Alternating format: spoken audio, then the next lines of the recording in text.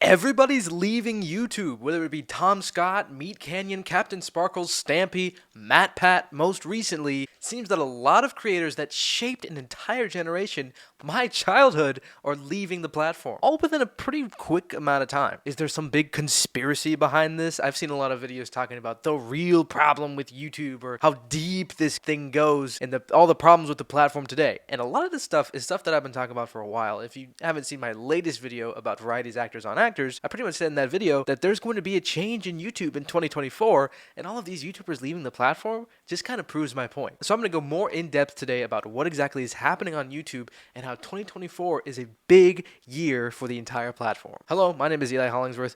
I'm 16 years old, and I'm just here reminding people that teenagers can think a little deeply too. And today, we're thinking deeply about YouTube. Now, this may be a surprise to some people, but YouTube actually started in 2005 as a dating website, maybe 10 years ahead of its time. Chad Hurley, Steve Chen, and Jawed Karim, I think that's how you pronounce that, are the three dudes who founded YouTube. It started as a website where people could upload videos of themselves, talking about themselves, and if you're interested in dating that person, you could watch their video, and you could decide whether or not you wanted to be with that person. The dating website, which had the slogan of tune in, hook up, never really took off. They founded this website and ran it for a few months, but nobody was uploading videos. They tried paying girls on Craigslist to upload videos, but nobody really wanted to. These three guys, Chad Hurley, who worked at PayPal, and Chen and Kareem, who were computer science majors, seemed like the perfect match to create something big, but they hadn't quite found it yet. It was after the massive failure of their dating website that they decided to pivot. Because they were so desperate to have any videos on their platform at all, Kareem started posting videos of just airplanes taking off and landing. It was around this time that all the pieces kind of fell into place. A massive buzz was circulating about Janet Jackson's wardrobe malfunction during the 2004 Super Bowl halftime show. Hurley, Chen, and Kareem realized that there was no online place to share videos of this massive thing going on. They switched up their technique, and sure enough, the second biggest search engine on the entire planet was born. YouTube was officially launched and out of the beta phase on December 15th, 2005, and then 18 months later, it was acquired by Google. Now, obviously, that's kind of the long and short of the story. That's very much summarizing everything that happened. There's probably a lot more details in there, but that's kind of the rough summary. So, the fact that YouTube started as a dating website is actually crucial to understanding why maybe so many YouTubers are leaving the platform now, or why people seem to be complaining about YouTube, or how YouTube is going to change in 2024. I promise you, it all makes sense. Matthew Patrick, host of Game Theory, Film Theory, Food Theory, and Style Theory, 4 channels that have amassed tens of millions, hundreds of millions of views. He is a staple on the platform and has been a huge creator for the past 10 years, over 10 years. When he announced that he was leaving, tons of people were super upset about it. People were crying. It was very emotional. That video was #1 on the YouTube trending page for a long time when it came out. It already has over 10 million views. I, for one, am very sad about it too. I understand where he's coming from, but it does make me sad to see him go. Although it is extremely understandable, obviously, now that he has a kid and he has a family and a life outside of just creating content, right? Why are people so upset that MatPat, Tom Scott, Stampy, Captain Sparkles, even Dan TDM posting way less frequently nowadays? Why is everyone so upset about this? If a TikTok creator, for instance, decided to leave the platform, there wouldn't be tears. I don't think anybody would be crying. I don't think there would be this much uproar over a TikTok creator leaving as opposed to a YouTube creator leaving. Now, MatPat has released a video recently on Game Theory about how YouTube has changed, how the algorithm has changed, how TikTok has impacted YouTube and YouTube Shorts and all that stuff. It's a very interesting video. I recommend you check it out. He brings up a lot of great points in the video and maybe some of those reasons as to why he's leaving. But these creators, who most have been on this platform for over 10 years or about that time, have built a relationship with their viewers. It is almost like a dating website. When these people were just creating content, sharing things that they were passionate about, creating something that was entertaining, interesting, insightful, and just sharing it with as many people as possible, then they grabbed our attention and we started building a connection to these people. That's how, quote-unquote, influencers work. I hate that term, but it really is these people who create things that people see and enjoy and thousands, millions of people enjoy watching.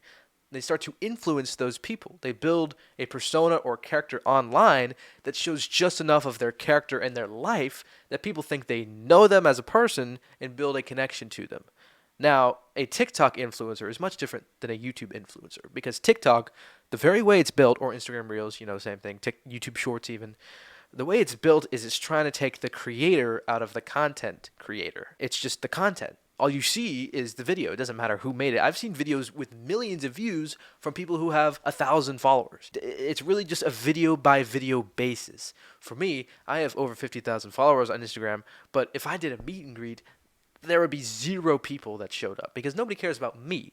I could literally post a reel that gets 100,000 views. The next one I post could get 100 because the topic isn't right or it's not interesting enough to my followers. They don't care about me. They just care about the content. And that's exactly how the Instagram algorithm feels. And that's how YouTube has kind of been shifting in the past couple of years too, because TikTok, boom, exploded onto the scene and it got tons of attention and everybody's using TikTok, and YouTube tried to pivot to that. But YouTube is an entirely different platform than TikTok is, built entirely differently by the foundation. TikTok and Instagram Reels, or whatever the short form content you want to call it, short form content, they're just trying desperately to take the creator out because it does make it easier. It makes it easier and it's way more addicting when you're sitting there scrolling. And it doesn't really matter who made the video because it's only a minute long. There's another one beneath it that is also funny that the algorithm picked and curated just for you. So it doesn't matter who makes these videos. It just matters that they're funny, or they're kind of interesting, or they're kind of entertaining enough to where you watch them just long enough to watch another one. The relationship that YouTubers like MatPat or Dan TDM or Tom Scott or Stampy or any of these people have built with us, the viewers, is completely different than any kind of connection a TikTok creator could build with an audience. Because these people have created long-form content for 10 years, and they've just been sharing themselves authentically. When you're in a position to watch a YouTube video, it is a completely different environment than the position you're in to watch a TikTok video. You could be watching TikTok outside in the real world as you're out and about, or just sitting at home or whatever. When it's YouTube, you really have to sit down, focus, and it's a much more of an investment of your time. TikTok, you could even watch, it's built nowadays with all the captions and all that stuff to where you don't even have to have the sound on to watch the video. YouTube is a full commitment of your attention and your time and your energy, so therefore, what you're getting out of it has to be more engaging than a TikTok. It has to be more interesting. It has to be more of a connection with a viewer, with an audience.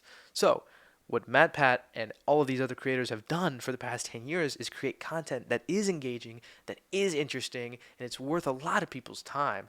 Thus, why they have millions of subscribers, and they've built a connection with an audience that lasts. They built a community of people, not just an audience of viewers and numbers. They've built a community that really cares about them and that they really care about. People commenting on their videos, people engaging with each other, people all interested in this one topic is something that really builds a community and builds a connection like no other platform. I think YouTube should really cherish this connection they have. They started with trying to build connections with people with romantic relationships, and it became a platform that builds relationships just in general. It started as kind of this everybody can get famous, the land of opportunity. You can upload a video and it can just go viral, and then boom, you're a celebrity. Boom, you have money. Boom, you get all these sponsorships or whatever. And then slowly the algorithms started taking over. Especially, like I said, the post-TikTok era that we live in, YouTube is just trying to be TikTok with shorts. When I watch YouTube on my computer, on the desktop version, the shorts section takes up like half of my screen. The home section there's a few videos up top, but then it's just shorts. YouTube's really pushing this because they're following the trend. They're becoming more and more trying to be something else, TikTok. And something I've talked about on the channel a lot is anytime anyone who creates something, creates art, creates content or whatever, is reactive instead of proactive, then that's where trouble happens. That's where Disney's gotten into trouble lately, because I talk about movies a lot. So YouTube is kind of being reactive recently, following the trends, when they should really cherish what they have here, which is a community building, really special experience that's unlike anything else on the internet. It really is special. It's special that I get to sit here and talk and say whatever I want to, and people can see it and experience it and talk about it with me down in the comments and create an environment that's really builds connections.